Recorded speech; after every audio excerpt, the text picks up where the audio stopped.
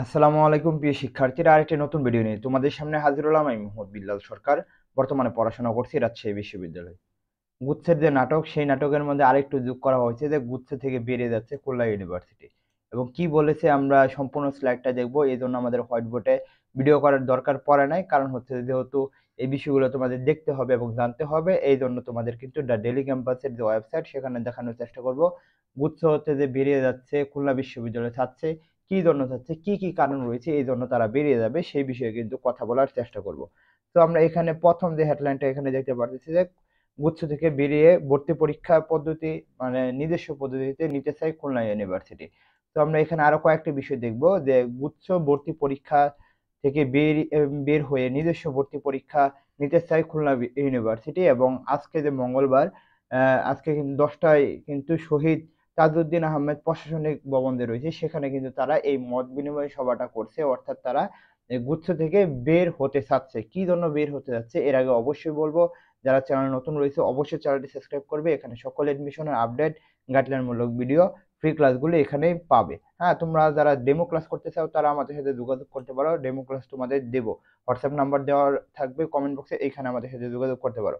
যাই হোক, কি বলা হয়েছে, সবাই বক্তারা বলেন যে গুচ্ছ একটি জটিল, অস্বচ্ছ এবং বৈষম্যমূলক পদ্ধতি।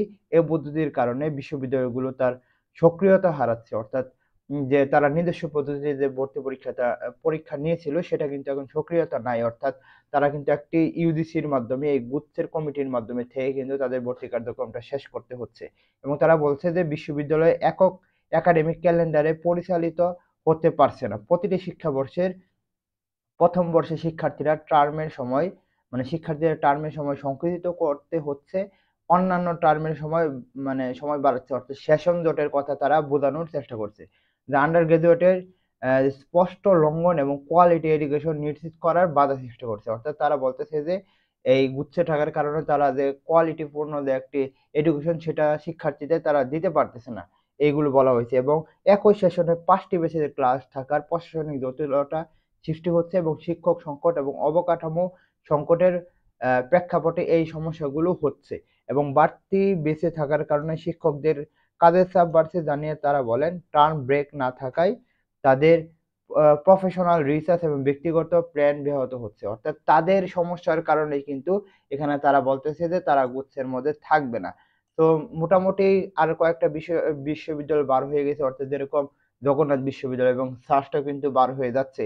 তো সেই পরিপ্রেক্ষিতে আসলে হচ্ছে যে এটা হচ্ছে মানে পালের যে থাকে, অর্থাৎ মনে করো গরুর পাল যেরকম থাকে যে একটা জেলে আরেকটা তার পিছন পিছনে যায়, তেমন হচ্ছে গুচ্ছের এই নাটকটা। অর্থাৎ যেহেতু এখন জগন্নাথ বিশ্ববিদ্যালয় বড় বিশ্ববিদ্যালয়ে চলে গেছে, প্লাস হচ্ছে যে সাস্ট চলে যাচ্ছে, তো সেই দিকে আর খুলনা ইউনিভার্সিটির বড় একটা বিশ্ববিদ্যালয়, তো তারাও চাচ্ছে যে তাদের নিজস্ব পদ্ধতিতে ভর্তি পরীক্ষা নিতে, যার ফলে তাদের বিশ্ববিদ্যালয়ের পরিচিতিটা বাড়বে। এবং তাদের হচ্ছে যে অভ্যন্তরীণ যদি কথা বলি, তাদের ওইখানে পরীক্ষা দিলে তাদের যে টাকা একটা মানে আর্ন সোর্স, সেটা কিন্তু অবশ্যই বেড়ে যাবে। কারণ হচ্ছে যে গুচ্ছের মাঝে তুমি মাত্র 1500 টাকা দিয়ে আবেদন করলা, ওইখানে আবেদন না করলেও চলবে, অর্থাৎ খুলনা ইউনিভার্সিটি আবেদন না করলেও চলবে। কিন্তু যখন আলাদাভাবে হবে, তখন তোমার মাথায় চিন্তা থাকবে যে না, আমি খুলনাতে পরীক্ষা দিয়ে আসি, হয়তো বা একটা ভালো সাবজেক্ট পেয়ে ফেলবো। তো সেই দিকে বিবেচনা করে তারা কিন্তু এই গুচ্ছ থেকে বের হতে চাচ্ছে।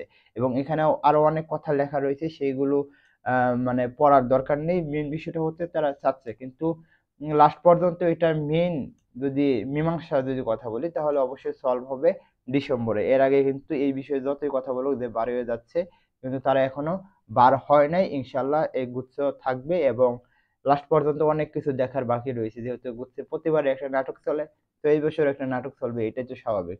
তো আশা করি বোঝাতে পারছি। সকলকে বলবো চ্যানেলটি সাবস্ক্রাইব করে পাশে থাকবা। তোমাদের জন্য শুভকামনা। আসসালামু আলাইকুম।